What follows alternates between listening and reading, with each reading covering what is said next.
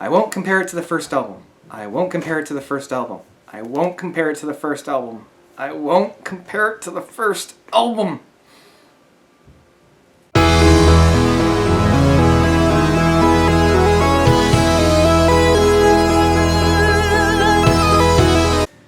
Hello, I'm Notes, and Perfect Beings has dropped another album on us. This time it's a self-titled Part 2, or just Perfect Beings 2. Much like Led Zeppelin or Queen, before them they have decided to stick with their own name and just slap a 2 on it. And I'm always hesitant whenever a band puts out a new album very quickly after their first release.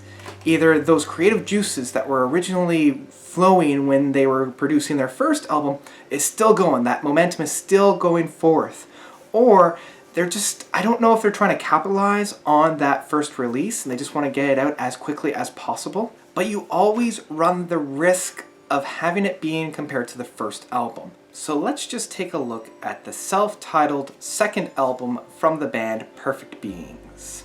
And I actually loved their first album to such an extent, it was my favorite album from last year. And I kind of gushed about it a little bit over here. So if you want to have a look, there it is. I loved their sound. It was something that I hadn't heard of before. It's odd that it's so rare to find a band that you haven't heard a sound like that before.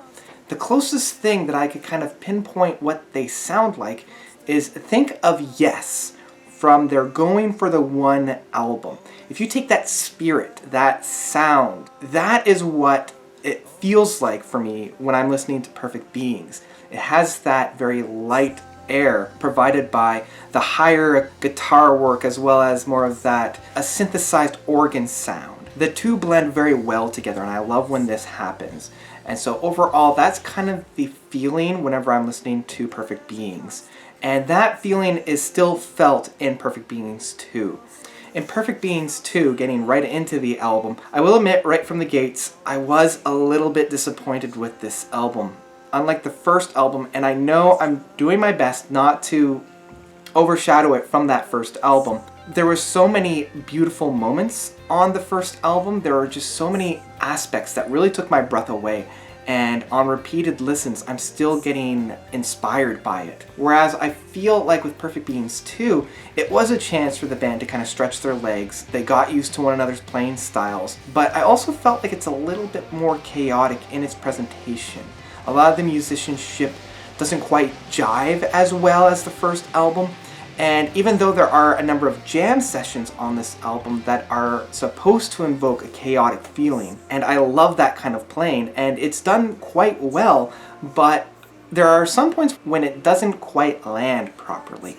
And I think that's a little bit of a drawback on the initial impact of the album. On repeated listens, you start to get used to these movements. You start to really appreciate them for what they're worth. But on that first impression, it's just kind of like, oh, that's an interesting take. I didn't think of that before. So it kind of draws you out a little bit. But the overall impact of the album as a whole left me wanting more, especially near the midpoint of the album. The album starts off very, very strong with the opening few tracks that really blend into one another. I love how they were able to do that, especially the opening track of Mar de Fuego. I thought that was a very great way of opening the track, and I do enjoy that. I kind of like that, splash of water right in the face, right when you hit the play button. I thought that was really great. And it's a little unrelenting as well, which again, I enjoy on my repeated listens.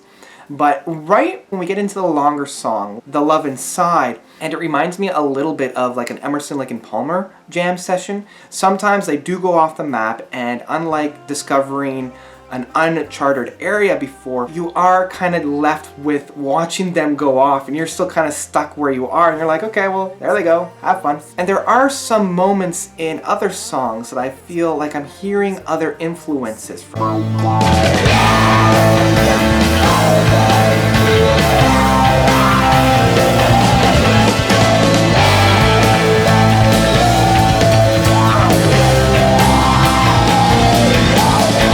So again, it's a little bit of a chaotic feel overall in their presentation of the entire album. Now that being said, there is a moment on this album, or at least there's a song on this album that is beautiful beyond words. The band can quote me on this, but there is a song on this album that is just beyond words in how beautiful it is, and that is Cause and Effect, the second last song on this album. I have to recommend that everybody find this song and listen to it. You can find it on Spotify. It's not quite up on YouTube quite yet, but when it gets there, you have to take a listen to it because this song is just beautiful. And I'm going to gush a little bit about this song because I feel like I've been bashing the album for quite a bit and I want to redeem it. And these guys are a great band of musicians. They're all very talented and I need to give props to the drummer Dickie. It's very, very rare that you hear a drummer and just everything is perfect. It's really hard to convey exactly what I mean, but certain drummers just have this knack. They have this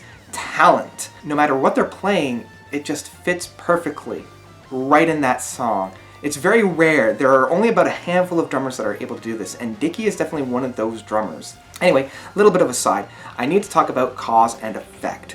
The overall song is really about your actions and what they do and kind of living with those consequences. What I really like about it is it's structured in this, take a walk outside, get a breath of fresh air. Can you have a little bit of an alarm? It's a pleasant alarm where it's just that do do do do do do, the main chorus, the main theme of the song. It's presenting you with all of those ideas, and it's this part of the song. It's this feeling of the band that really draws me to them, because there's something about it that I can't quite put my finger on, but I love it so much. It's mellow, but it's passionate. It's very, very passionate in how they're playing. And so through that walk, the guy's reflecting and he's finally putting together the cause and the effect of it. And so he knows the effect, he knows what's going on, he knows just where a situation is, but then he's reflecting on that cause. And it's just like that cause is providing him with that tension, and now he's starting to regret, and he's got that tension. And the music there, upon that realization, is so perfect because it goes into that chaotic jam session.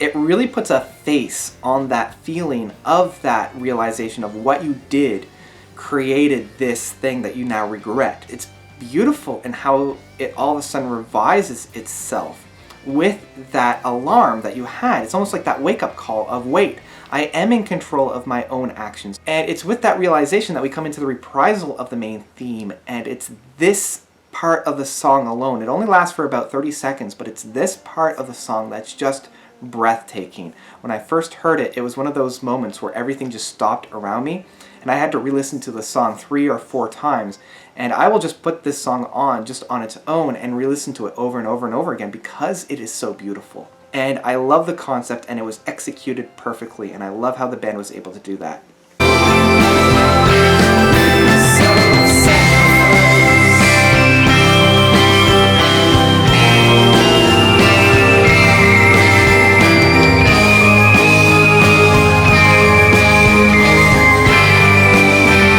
But unfortunately, one masterpiece of a song doesn't make it a great album. It makes a really good album, but it doesn't make a great album. So overall, I was left with wanting more because there was only one really masterfully crafted song, and the rest was just really, really good. It's great musicianship, it's great songwriting, it's great music overall, but knowing what this band is capable of from their first album, I was a little bit disappointed. So it's with all of that, I have to say, you need to stream this with headphones. By streaming it with headphones, you get the full effect of this album without getting invested into it fully. I would suggest actually checking out their first albums, just Perfect Beings. The entire thing is on YouTube. And then give this album a try, because there are moments on this that you might reflect on, and I have a feeling after this gets listened to a while and gets, really digested, it's going to be a long-lasting album in a very long discography, I hope. And that's it for Perfect Beings 2.